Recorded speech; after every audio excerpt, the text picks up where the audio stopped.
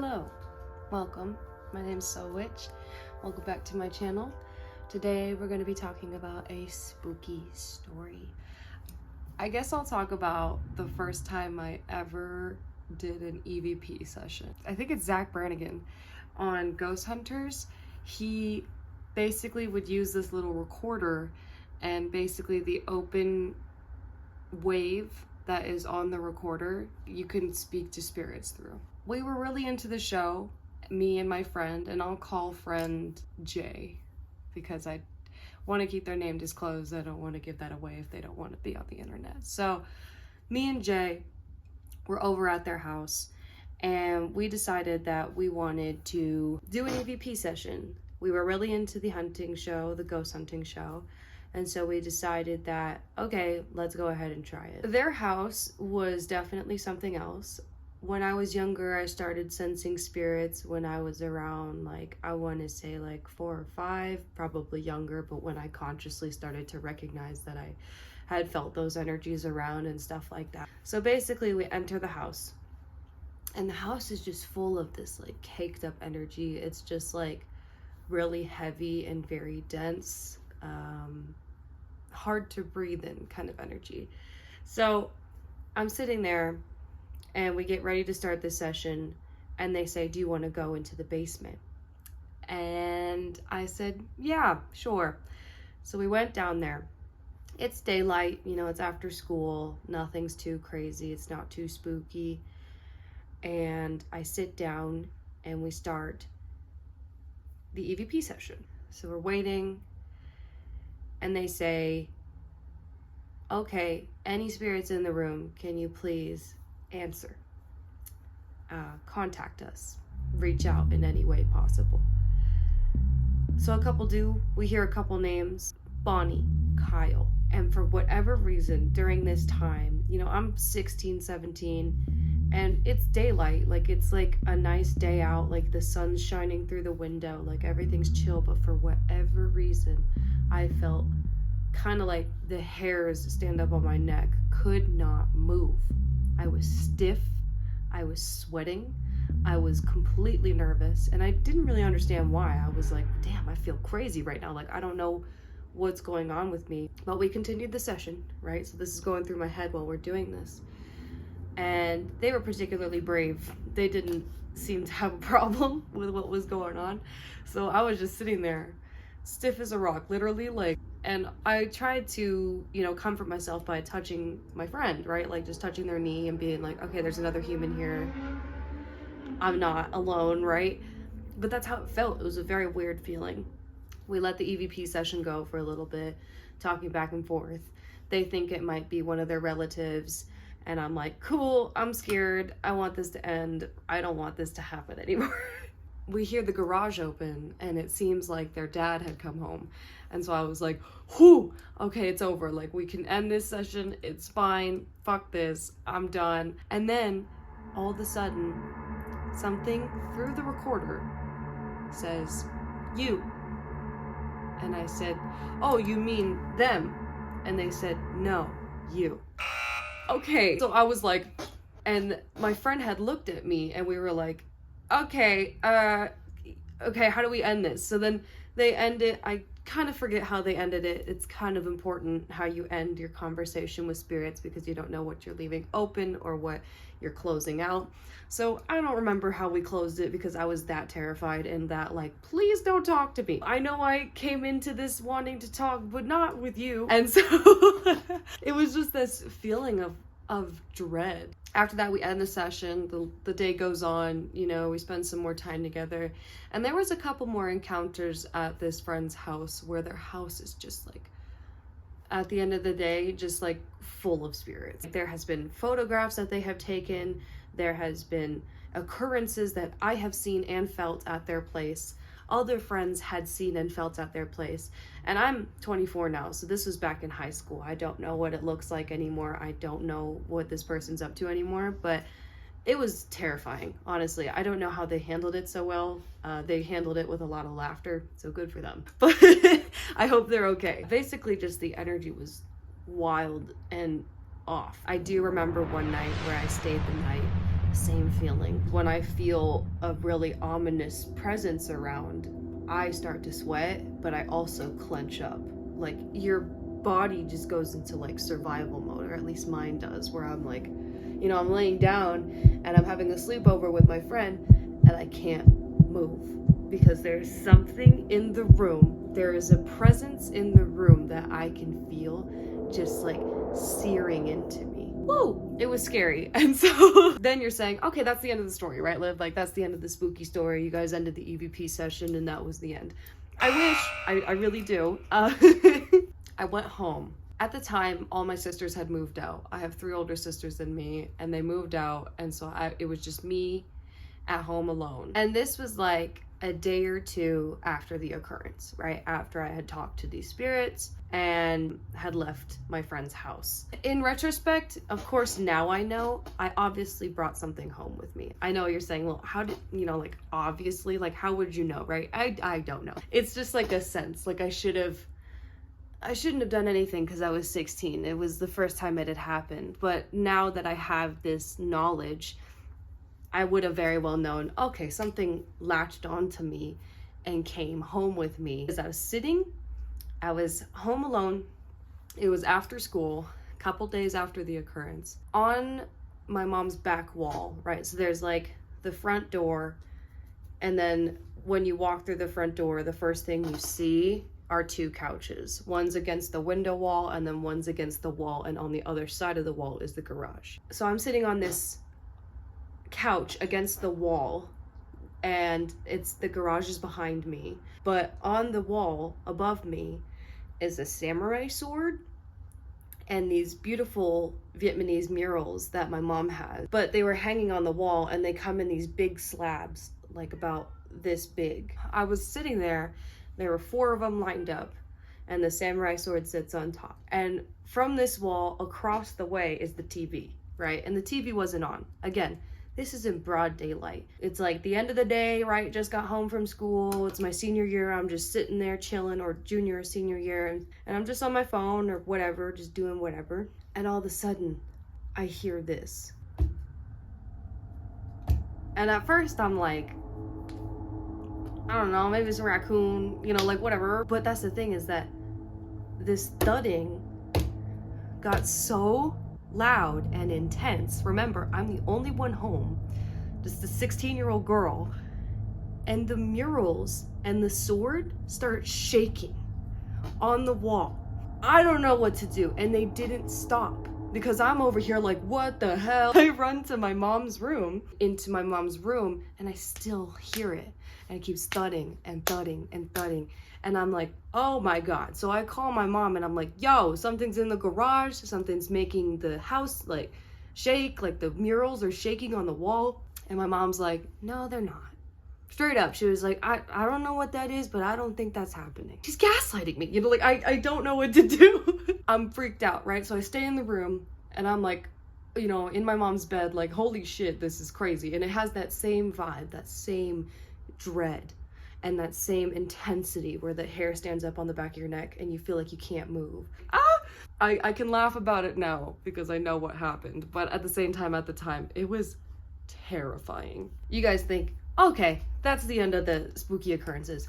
No, because they only had gotten worse. At that point in my life, I had been fucking around with like a lot of spiritual stuff. I was introduced to the Ouija board. I was introduced to like tarot cards for the first time. Like, these are the first times that they were coming into my life as like a conscious human. This is weird, right? Because I'm already fucking around with all that stuff, like as a kid, I would say that I really liked the thrill, and I was always like, ooh, spooky, not really knowing the what I was fucking with, or who I was talking to. I was having a lot of experiences that coincided with this experience, but what I came to find when I came out of this was that it had lasted, like the thick of it, the really intense part of it, was I came home from the friend's house, that occurrence happened, and for the next 3 months, it was chaos. And it really is that thing of like paranoia. It really feeds off of your paranoia and your fear. Basically, what I started hearing at night was insane. There was one night I started to hear it. I would lay down in my bed and I would hear something crawl in my attic, and then I'd hear something where my head was, right? So where the ceiling is, so like right above me. Drawing a circle like this. I could hear it and I was like, oh my God. So I hear this. Okay, so then I try and move, right? So I move to the couch. I go lay down at the couch. And then all of a sudden I hear to where I am, and it starts again. Basically, the ritual had become every night for those 3 months to turn on the TV, almost stay up all night. I would see apparitions in my hallway that were like in front of the door of the bathroom, my mom's room, and my bedroom. I would just sleep on the couch. I didn't care. That went on for a really long time. And a lot of paranormal experiences happened where I would have stuff fall out of the trash can. Like the trash can would be really deep and then something would just fall out. I randomly had like a maggot infestation. It was really random. That could have been due to like gross trash, of course. It just had never happened in my home before. Like my home is a lower middle class house in Colorado Springs. So it's a very dry place, you know, and like since I had never had that occurrence growing up, it was just something that stood out to me. And then I think it started to escalate, you know, the more I started to play around with the boards and, you know, fuck around with spirituality in the way where I was just trying to get excitement. Then small occurrences would happen that were poignant enough to remind me it was there. And there was one time, it was back in, let's see, this all happened in like 2016, 2017. iPhones are well aware around, like they're around. We have iPhones, we're using them. Vine's a huge hit right now. I'm sitting and I'm listening to my headphones and I have the TV on, and I would have multiple forms of stimulation so that I could block out what was freaking me out. And all of a sudden I start to feel something on my body, and it feels like somebody has like gloves on, and like has like needles on the gloves, like little needles, right? But they feel like I guess sharper hairs, you know, like it's not stabbing me, but I definitely feel it. It feels like a tingly, kind of prickly feeling all over my body. Okay, that's weird. And so I sit up and I take my headphones out and I look around the room, and our house phone, the one that hasn't worked in over 10 years at this point, that we don't use, that we just let calls go through so nobody usually calls it, starts scratching. I flipped out, ran to my mom's room, jumped in the bed, did not move. With whatever was following me, whether it was like a poltergeist or an entity, it just would not leave me alone. Like I'd be laying in my mom's bed and you would think, okay, I feel safe. I felt safer. That doesn't mean I felt absolutely safe. It was very, very intense. And then there was the classic, which I think a lot of you will have a hard time believing, but it did happen. I'm not here to like make you believe. You came to hear a spooky story. This is what it is. The last straw was kind of this 3 knocks behind the cross. It happened. It happened to me. It happened in my kitchen, and we had an old cross because we grew up Protestant Christian. My mom grew up Catholic, my dad grew up Christian, and then she converted, and that's kind of how we went about it. And we all went to church as kids and slowly stopped going as we got older. It freaked me out, and at this point I'm hanging out with, I wouldn't say the wrong crowd, but not the right crowd. You know, like I wasn't doing anything crazy or like breaking and entering in anything, but I was partying a lot and like doing a lot of festivities. So basically during that time, I had experienced a lot of paranormal experiences at this point. I would actually go out and seek them, right? I am a believer that if you're not looking for it, you're not gonna see it. And that's great. I really don't want you to, because it causes a lot of paranoia and fear.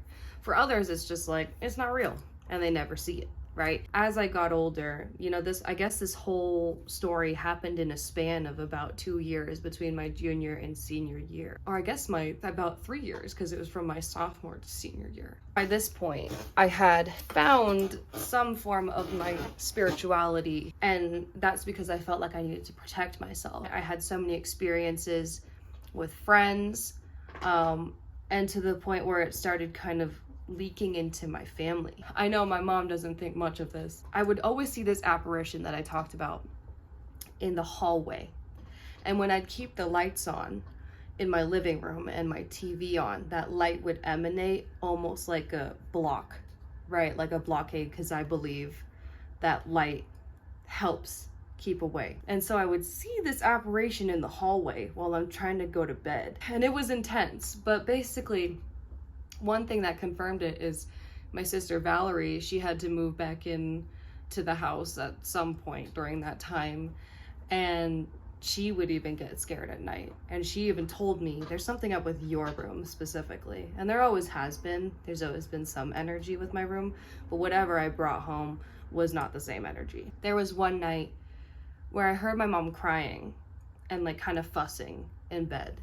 And so I went to her and I woke her up because she was having a nightmare. And I was like, are you okay? And she was like, yeah, this weird, like, bald-headed figure, like this really ugly, like, naked, pale, bald-headed figure tried to come in and get on top of me. And I was like, okay. And she's like, it's okay, though. I'm just gonna go back to bed because my mom's a tough bitch. And I was like, all right, okay, go back to bed. Yeah, sure. After that, my friends were over and we were all doing our shenanigans, being, you know, teenagers. I hear her crying again, and so do my friends. And so I go into the room. This time she's awake and the TV's on. She's just watching TV in her room. And I said, are you okay? I heard somebody crying. And she said, no, I'm fine. I just was sitting here. I'm just watching TV. And so I was like, okay. So I shut the door, and me and my friend at the time are talking, and we're like, what the fuck was that? That was so weird. You heard that too, right? The way that me and my mom's room is put side by side is like door here, door here. So it's like side by side, right? And like the wall is between our rooms. Her door's here, and we're talking, and we're like right here, right? We're like, we hear a thump behind my door. I start flipping out at this point. With all the things that I'm hearing and all the things that I'm experiencing, all the things that I'm exposing myself to, I am freaking out. I am crying. I'm not having a good time. It's at a point where I'm not getting sleep. I'm not eating well enough. And at the time, I wasn't taking care of myself very well at all. It was my first introduction into witchcraft through Harmony Nice. If you guys are old school and know her content before she stopped using YouTube, she was like the witch on YouTube. And I found her content because I was like, I need a protection spell.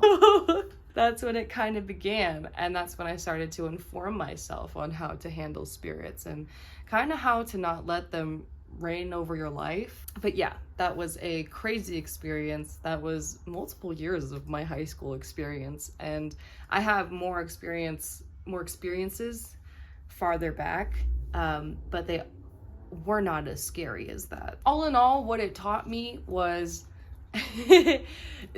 careful with what you're fucking with, okay? I know that for a lot of, I guess for my group of, you know, like teenagers and like who I was hanging out with, it was really interesting and it was exciting at the time and it was cool to explore.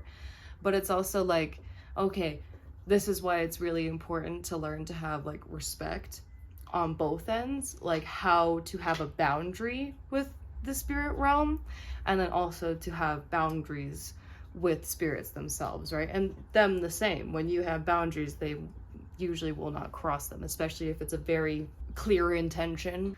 Let's say you live in an old house and you're hearing a spirit, but you don't really sense that it's something that's like malignant or anything. They're just like there. And so I think it's important when people recognize them, because oftentimes ghosts and apparitions and stuff like that mostly just want to be recognized, in my opinion.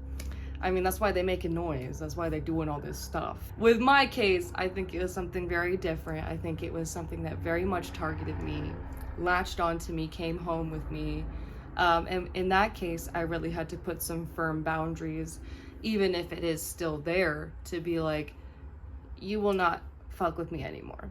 That is not okay. What you did was stupid, and you knew it was paranoying me, and you knew that it was gonna bother me, and while you're over here laughing, or if this is just your purpose, it's not okay. You know, you learn your lesson. But as I said before, if you're in your own home and you sense a spirit and it's not that, you know, scary, just let it know. Just be like, hey, I know you're there, I'm aware, can you not touch my clothes? Or like, can you stay out of my room?